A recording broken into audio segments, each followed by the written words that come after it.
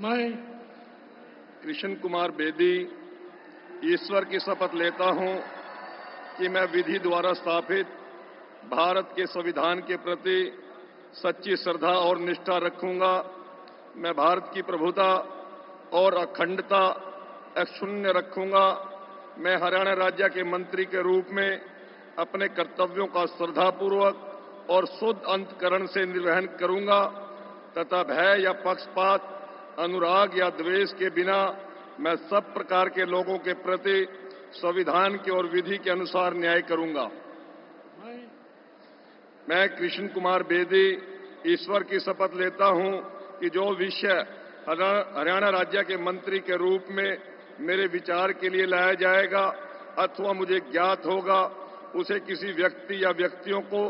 उस अवस्था को छोड़कर, जबकि ऐसे मंत्री के रूप में अपने कर्तव्यों के उचित निर्वहन के लिए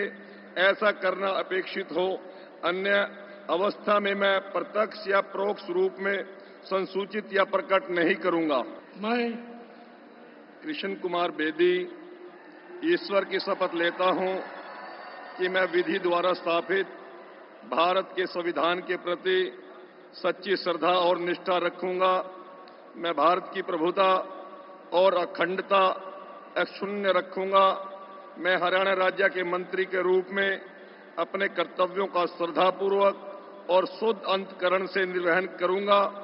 तथा भय या पक्षपात, अनुराग या द्वेष के बिना मैं सब प्रकार के लोगों के प्रति संविधान के और विधि के अनुसार न्याय करूंगा। मैं कृष्ण कुमार बेदी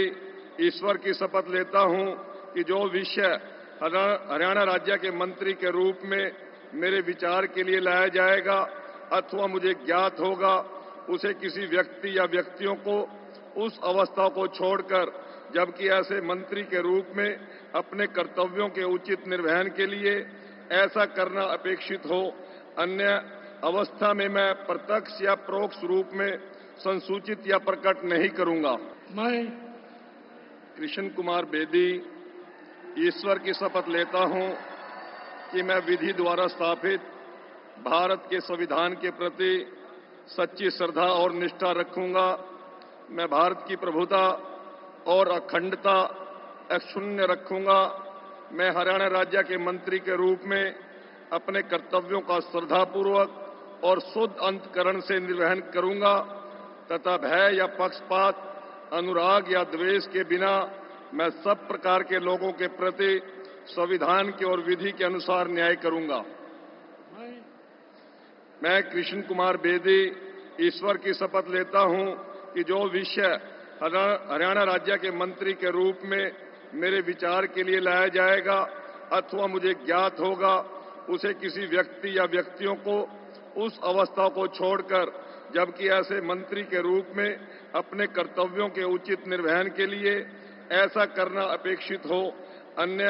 अवस्था में मैं प्रत्यक्ष या परोक्ष रूप में संसूचित या प्रकट नहीं करूंगा।